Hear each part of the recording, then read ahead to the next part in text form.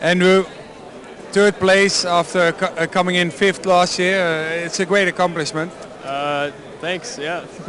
And you made a deal just in time, I guess. Yeah. Three-handed. I guess we like looked at the numbers four-handed, and then I guess I mean, at first they asked me if I wanted to do a chop. I said no, maybe if I get a little more money. Yeah, four-handed. But then everyone sort of just like decided, nah, no one wants to give any money, so whatever, let's just keep playing. Yeah, and then you got three-handed. Something changed. Yeah, I guess I just felt like I don't know, pretty tired, and also I already dodged the bullet of, you know, being the guy who declines the chop, busting 4th, so I figured I would lock it in. No, I mean, it's just, you know, just... And the positions had changed because now Ruben Visser at the chip lead. Yeah. And do you know him as a player, or? I mean, like, I know him, I guess, more as just from playing a little with him at EPTs and stuff. But I guess we don't really play that much. But sort of just without playing that much with him, we sort of both know how we play. It's more of like, you know, good / solid. So yeah, like, he's obviously a really good player. Yeah. All right, and then after the deal was done, you almost immediately played a big pot against Ruben. Would you have played it without the deal, do you think? Definitely. I mean, definitely not, but mostly because of the ICM. Like, if it was still like a huge pay jump from 3rd to 2nd and 2nd to 1st, then definitely not.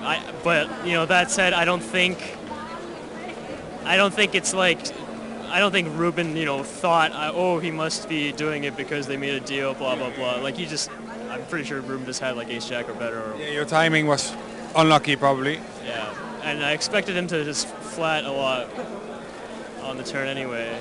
I had a flush draw actually, but that's it's not something I would normally do. But yeah, especially when you have equity, it's tough because now you don't get to realize. I thought Ruben would have to, like, he would just reluctantly bet fold a lot of stuff on that turn, and he would also maybe barrel stuff like King 10 and stuff, King 10, Queen 10, because, you know, and if he has like random diamonds he's barreling, he'll just fold them, I guess. And I expected him to like flat even like some good hands too, and not just jam it in.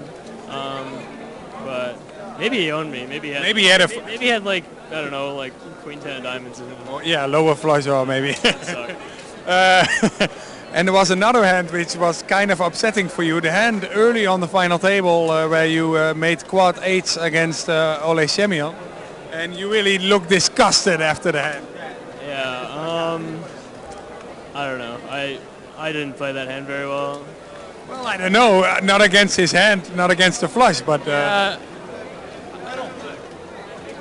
I remember thinking about it a lot, but I've like almost forgotten what I thought about, and I'm kind of tired. But let me think. I thought I had a little more on the turn, and when I like realized I had like just around 1.5 times pot, I was just like, it seems like I would be checking a lot here. Yeah, apparently your bet looked pretty strong. Yeah, I felt like if I bet, I felt like betting would look pretty strong. I don't know. I felt Ole could, you know, bomb the river with some bluffs if I check, and he can still like conceivably check raise all in. But then the thing is, like, even thinking that, I kind of messed up. I don't know why I bet so big on the river. It's so stupid. I was just like, yeah, because now he doesn't raise anymore. Yeah, I wasn't thinking. I was just decided like, well, I have quads, so I'm just going to bet a lot. But it's, I don't know. It's well, at least you're honest about it. But on Twitter as well, you're saying I'm just random button clicking, and it's really. But I think you're being a bit too harsh on yourself because your results speak for themselves. Thanks. There were so many hands I want to ask you about. I'm just gonna ask one more. Go ahead. I don't mind. Oh, that's great. There was his hand yesterday. You played against Niels van Alphen. He was in seat 1. You were in seat 10, and you check raised the river all in, and he open folded 2 pair to you. Yeah, that was cool. I'm still not sure if like theoretically my bluff might be bad, but obviously if he folds ace-5 that fast, then my bluff is fantastic. Yeah, so you were bluffing? That's the thing with, you know, live poker. Like, I think theoretically, and sort of just thinking back, I think it was maybe an okay to neutral to maybe bad. Well, if he folds ace-5, that just shows you that it's a good play.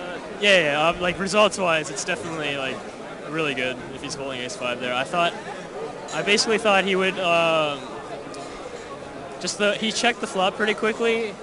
I just didn't think he would check many flush draws, three-way there. It just seems, I mean, it's reasonable. Yeah, he was the original raiser, didn't c-bet.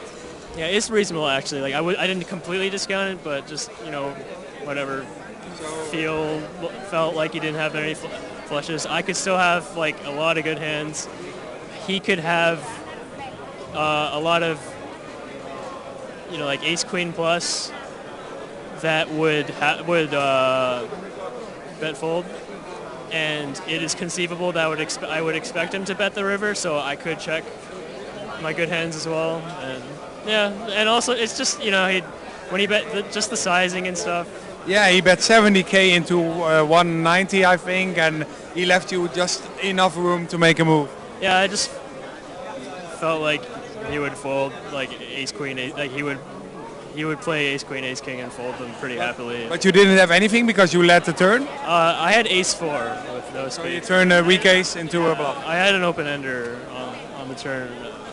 I almost considered calling the river, but you know, just to beat some of his like king queen with the spade hands. But you might have just a better hand than. Yeah, I guess that makes the, you know, like going all in a little better, because like it's not, I still win the money like when he has those hands anyway. Yeah. Lots of hands you played, really got a discussion going in our chat box. It was really nice. So we had a lot of fun watching you play, and just like last year, it was really exciting for us. And hope to see you again next year. Sure, of course, yeah. And I guess you're off to the next big one. Yeah, just gonna hang out here for a few days, and then. Oh, that's nice. And then Prague for the EPT. Do you do any other things outside of poker when you're visiting a city like Amsterdam, or maybe other big cities? I mean, nothing crazy. Just with my girlfriend, we just, you know, eat, find some coffee shops, that kind of thing.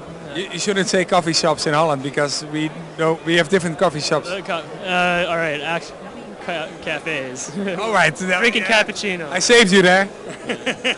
Not that there's anything wrong with. No, of course not. I hope you enjoy the last more days in Amsterdam, and like I said, see you next year. Thank you.